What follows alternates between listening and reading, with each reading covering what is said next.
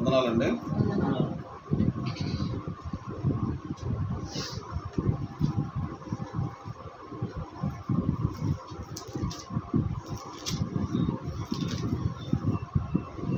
ఈరోజు మనం మొదటి సమయాల గ్రంథం 12వ అధ్యాయాన్ని చదువుకున్నాం.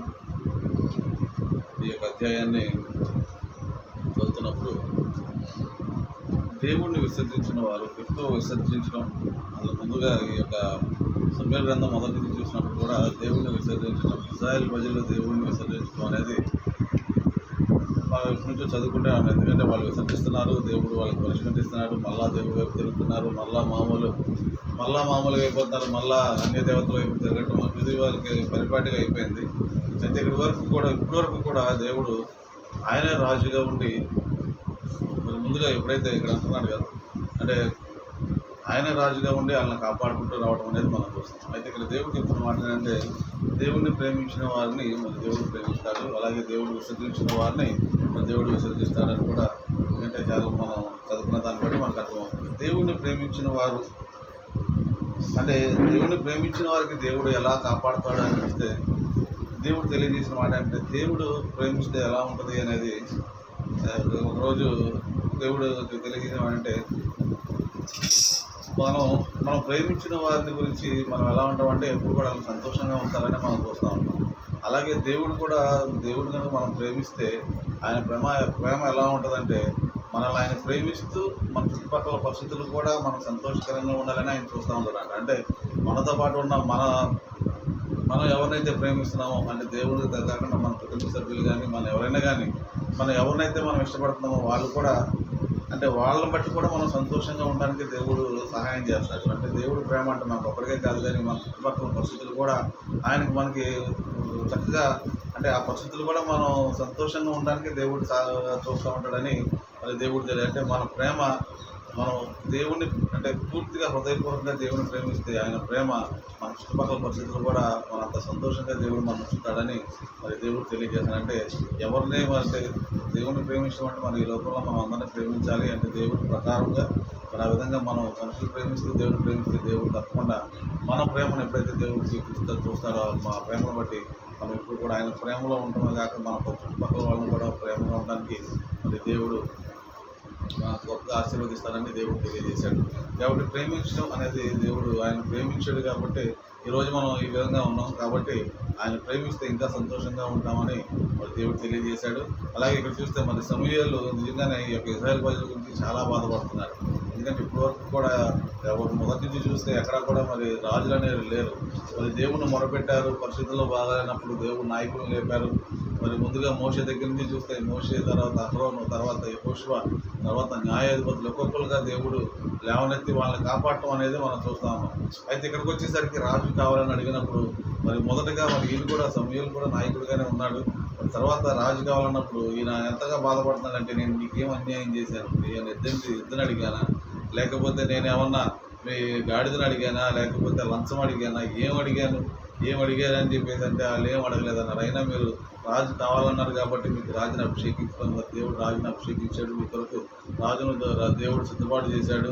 కాబట్టి మీరు నా మాట ఆలకించండి అని చెప్పేసి మొత్తం పెద్దల దగ్గర నుంచి కూడా చెప్పుకుంటూ వచ్చాడు. మరి మొదటగా మరి యాకోబు ఐగుప్తుకు వెళ్ళినప్పుడు మళ్ళీ మీరు మొరపెట్టినప్పుడు మరి ఏ విధంగా కాపాడారు, తర్వాత ఫిలిష్తీయుల చేతికి మరి అసూరు యొక్క సేనాధిపతి చేతికి వీళ్ళందరి చేతికి మరి మీరు అప్పగించినప్పుడు దేవుడు ఏ విధంగా కాపాడాడు, తర్వాత మీరు అష్టోత్తర దేవతలను పూజించినప్పుడు పాపం చేసేది మా శత్రువుల చేతిలో నుండి మమ్మల్ని విడిపించమని మేము నిన్ను సేవించదమని యెహోవాకు మొరపెట్టగా మరలా ఆయన సేవించి ఈరోజు మీరు క్షేమంగా ఉన్నారంటే కేవలం ఆయన కాపాడాడు కాబట్టి మీరు క్షేమంగా ఉన్నారని మరి చక్కగా వారికి పితరుల దగ్గర నుంచి కూడా మరి సమూయేలు వారిని చక్కగా చెప్పడం అనేది మనం చూస్తున్నాం. అంటే ఎంతగా దేవుడు కాపాడుతున్నాడు మన జీవితాల్లో కూడా. నిజంగా చూస్తే మన చిన్నప్పటి నుంచి కూడా మనకు దేవుడిని ఎరిగినప్పటి నుంచి కూడా దేవుడు మనల్ని ఎంతగా కాపాడుతున్నాడు అనేది కూడా మనం ఒకసారి ఆలోచించాలి. ఎందుకంటే దేవుడు కాపాడితేనే మనం క్షేమంగా ఉన్నాము. ఇక్కడ చెప్తున్నాడు మరి మీరు క్షేమంగా ఉన్నారు అంటే నిర్భయంగా 11వ వచనం అంటే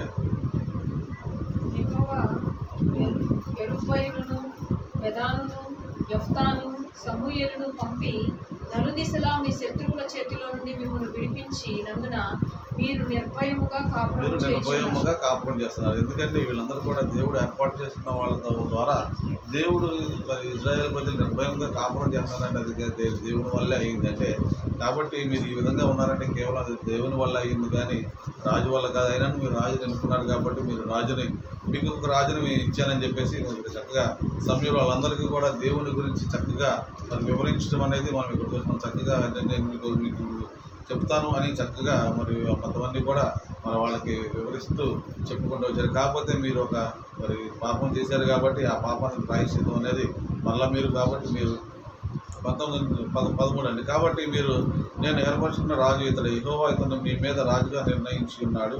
మీరు యెహోవా యందు భయభక్తులు కలిగి ఆయన మాటను విని ఆయనను సేవించి ఆయన ఆజ్ఞలు భంగం చేయక మేమును ఏలు రాజును మీ దేవుడైన యెహోవాను అనుసరించిన మీకు క్షేమం కలుగును. కాబట్టి ఇక్కడ రాజును కూడా అన్నాడు.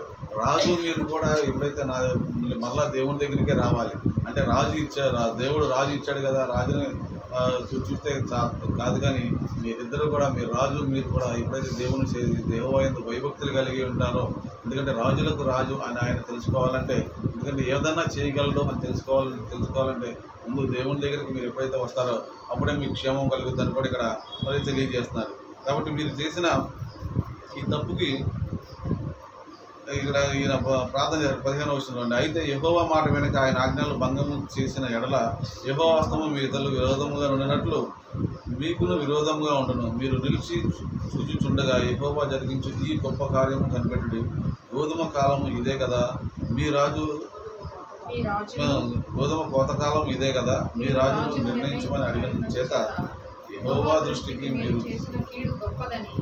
మీరు గ్రహించి తెలుసుకున్నటకై యెహోవా ఉరుములను వర్షమును పంపునట్లుగా నేను ఆయనను వేడుకొనుచున్నాను. కాబట్టి ఇక్కడ ఈయన సమయంలో చెప్తున్నాడు, మీరు దేవుని దృష్టికి గొప్ప పాపం చేశారు కాబట్టి నేను మీ గోధుమ కోతకాలం ఇదే కదా. అంటే మరి పంటకు వచ్చిన టైంలో ఆయన మరి ప్రార్థన చేశాడు. ఏమని మరి ఉరుములు వర్షములు పంపినట్లుగా ఆయన వేడుకున్నాడంటే, అంటే పంట చేతికి వచ్చే టయానికి మరి సమయంలో అక్కడ ప్రార్థన చేస్తే అక్కడ నిజంగానే వర్షం రావడం, మరి ఉరుములు వెలుగుతో వచ్చినప్పుడు పంట పోతుంది, మరి పంట నాశనం అయిపోవడం అనేది. ఎందుకంటే ఇది కేవలం దేవుని వల్లే సాధ్యమవుతుంది అని చెప్పడానికి మరి అక్కడ, ఎందుకంటే వీళ్ళకి నష్టం కలిగితే కానీ దేవుడు ఉన్నాడు అని వాళ్ళు తెలుసుకోవాలంటే వాళ్ళకి నష్టాన్ని ఏ విధంగా కలిగిందంటే, గోధుమ మరి పంట చేతికి వచ్చే టైంలో ఉరుములు వర్షం రావాలని నేను ప్రార్థన చేస్తున్నాను అని చెప్పి ప్రార్థన చేశాడు. మరి ఆ విధంగానే వచ్చింది.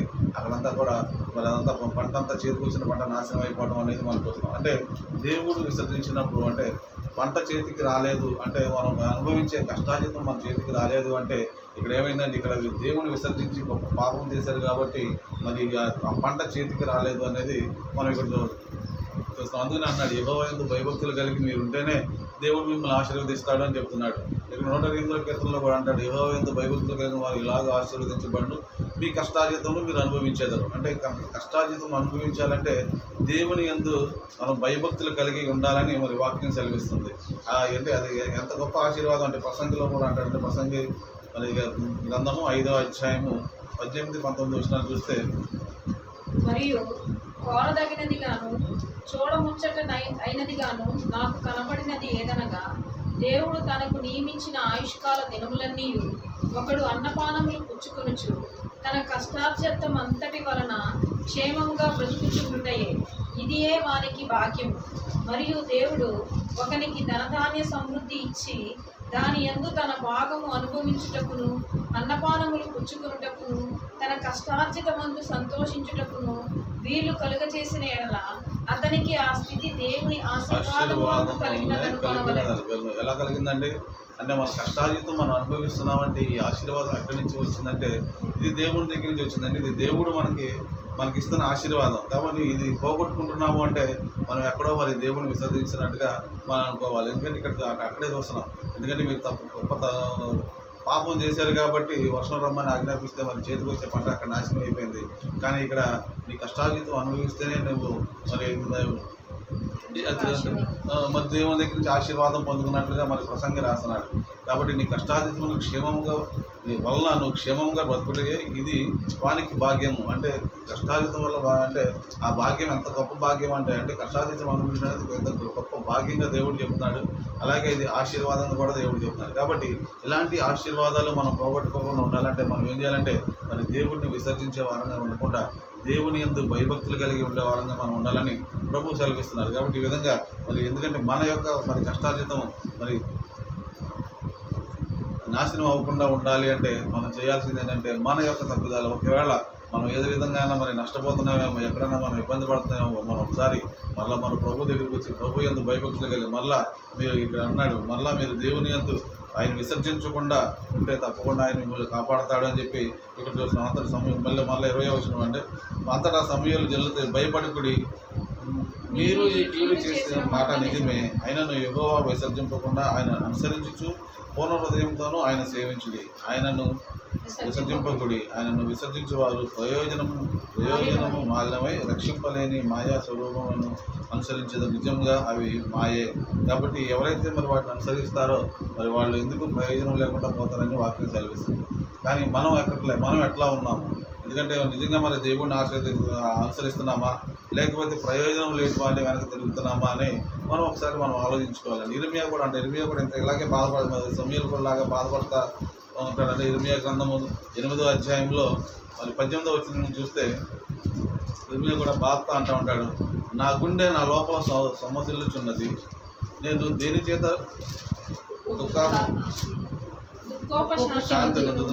యెహోవా సీయోనులో లేకపోయినా ఆమె రాజు ఆమెలో లేకపోయినా అని బహు దూరదేశము నుండి నా ప్రజల రోదన శబ్దము వినబడుచున్నది.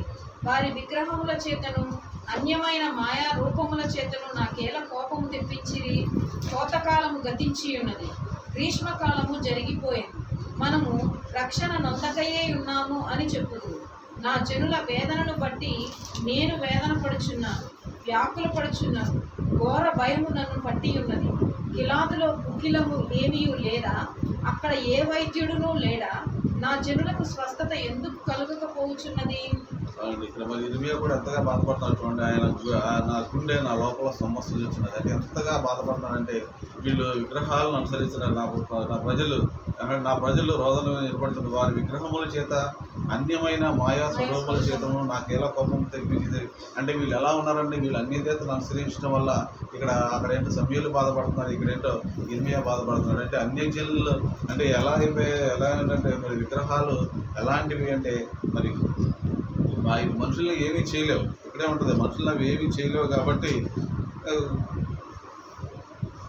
మీరు వాటిని ఇష్టంగా మీరు వాటి వైపు తిరిగారు కాబట్టి దేవుడు మిమ్మల్ని దూరంగా ఉంచుతున్నాడు. అంటే మీరు మరి దేవుడికి దగ్గరగా లేరు, దూరంగా ఉన్నారు కాబట్టి మీరు ఆశీర్వాదం పొందుకోలేకపోతారు. కానీ ఇక్కడ అన్నాడు గిలాదులో గుగ్గిలము ఏమీ లేదా, అక్కడ ఏ వైద్యుడు లేదంటే నిజంగా గిలాదు అనేది ఒక మంచి శ్రేష్టమైన ప్రదేశం. అన్నీ కూడా అక్కడ ఉన్నాయి. గిలాదు అనేది చక్కగా మరి పంటలు పండే దేశము, మంచి నీరున్న ఆ దేశంలో వీళ్ళు ఎందుకు స్వస్థత పొందట్లేదంటే అక్కడ మరి వాళ్ళు దేవుడిని అనుసరించట్లేదు కాబట్టి. అంటే ఎంత సమృద్ధి ఉన్నా కానీ దేవుడిని అనుసరించలేనప్పుడు ఏమవుతుందంటే వాళ్ళకి అనారోగ్యం పాలవుతుంది. ఇక్కడ ఎందుకంటే నా జనులకు స్వస్థత ఎందుకు కలగట్లేదు అంటే నిజమైన దేవుడిని ఆరాధించట్లేదు కాబట్టి వాళ్ళకి స్వస్థత కలగట్లేదు. నిజమైన దేవుడిని ఆరాధిస్తే మరి విగ్రహాలు అన్ని మాయా స్వరూపులే కాబట్టి అలాంటి మాయా స్వరూపాలని మీరు అనుసరిస్తే మీకు ఏమవుతుందంటే ఏ అనారోగ్యం వస్తుంది, లేకపోతే ఎలాంటిది మరి ఇందాక చూస్తేనేంటో మరి చేతికి వచ్చిన పంట నాశనం అయిపోయింది. ఇక్కడ చూస్తే అనారోగ్యం వస్తుంది, మరి కుటుంబ సమస్యలు ఇవన్నీ కూడా ఎందుకు వస్తాయి అంటే దేవునికి మనం దూరంగా ఉన్నప్పుడు మరి ఇవన్నీ కూడా వస్తాయి. కాబట్టి మనం దేవుడిని అనుసరించాలి. ఆయన ఎక్కడ నేను ఎక్కడ మీరు వెదలడానికి నేను ఎక్కడ కూడా అంధకారంలో లేను. కానీ మీరు యెషయా గ్రంథము 45వ అధ్యాయము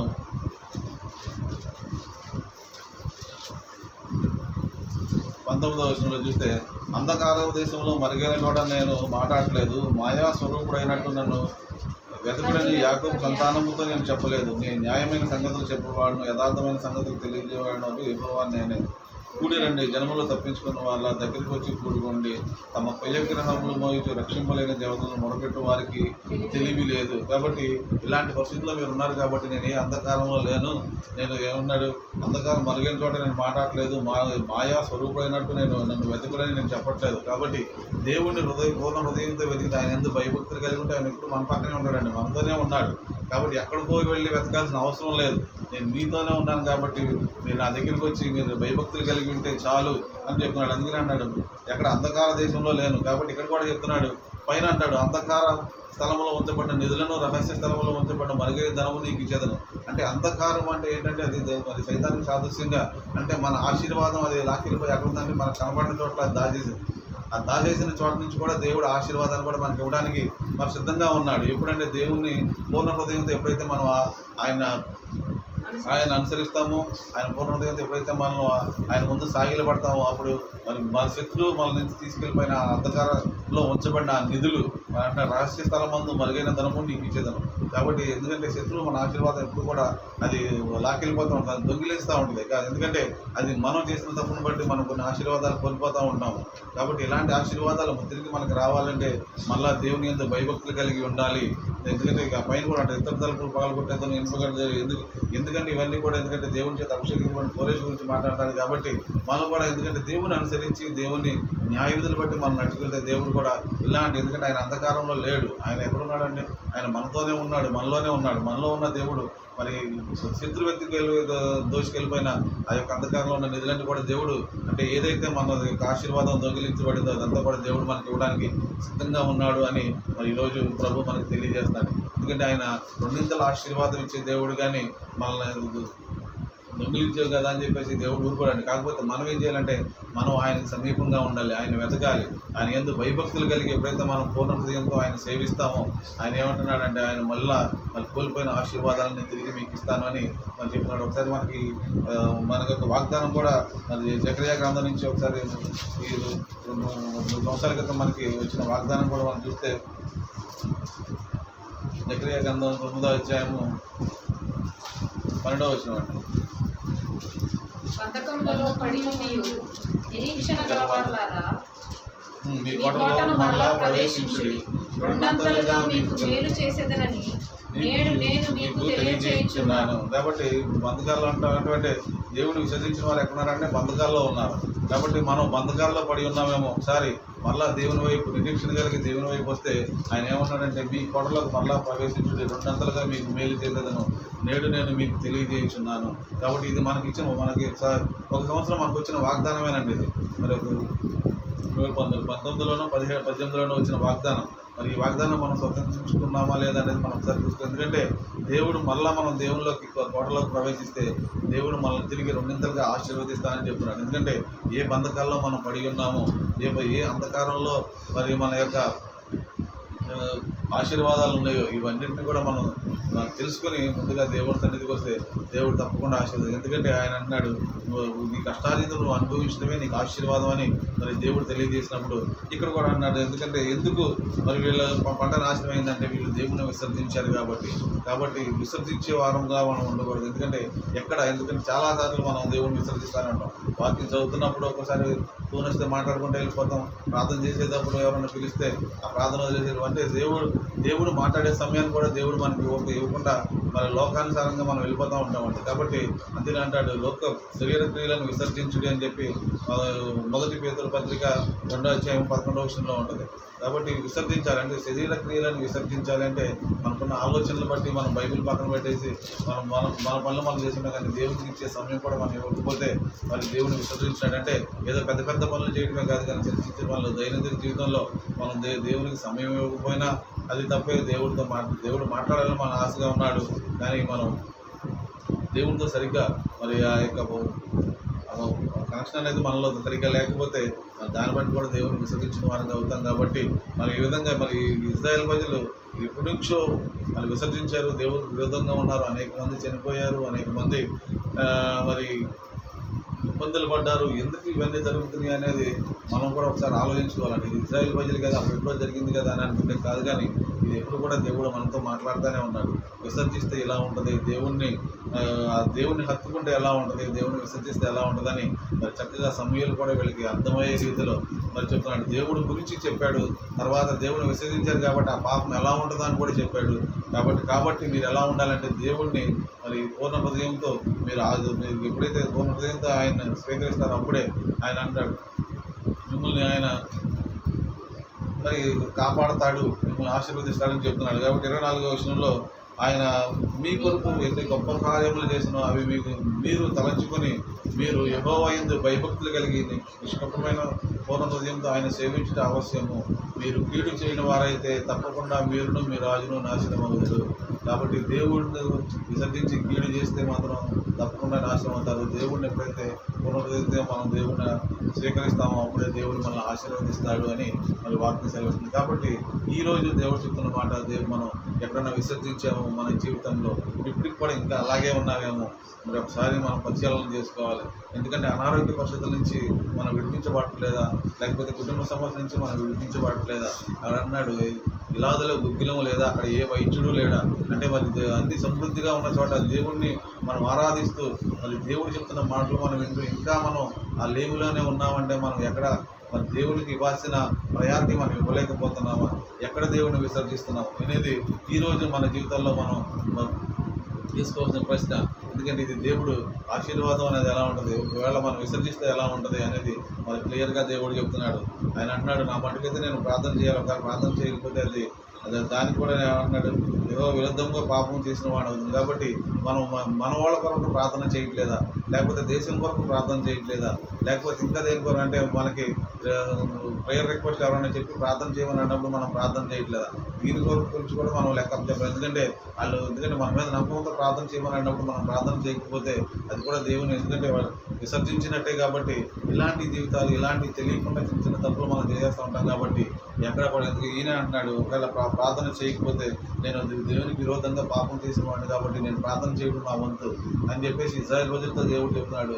మనం కూడా మన వారి కోసం, మన కుటుంబాల కోసం మనం కూడా మనకి ఎవరన్నా చెప్తే ప్రార్థన చేయమని చెప్పినప్పుడు ప్రార్థన చేయకపోతే అది కూడా మనం దేవునికి విరుద్ధంగా ఉన్నట్టు, అంటే విరుద్ధంగా నడుస్తున్నట్టుగా మనకి తెలియజేయవుతుంది. కాబట్టి ఏ విధంగా మరి అనేక విరుద్ధంగా ఉంటాం అంటే అనేక రకాలుగా మనం ఉంటాం మన దైనందిన జీవితంలో.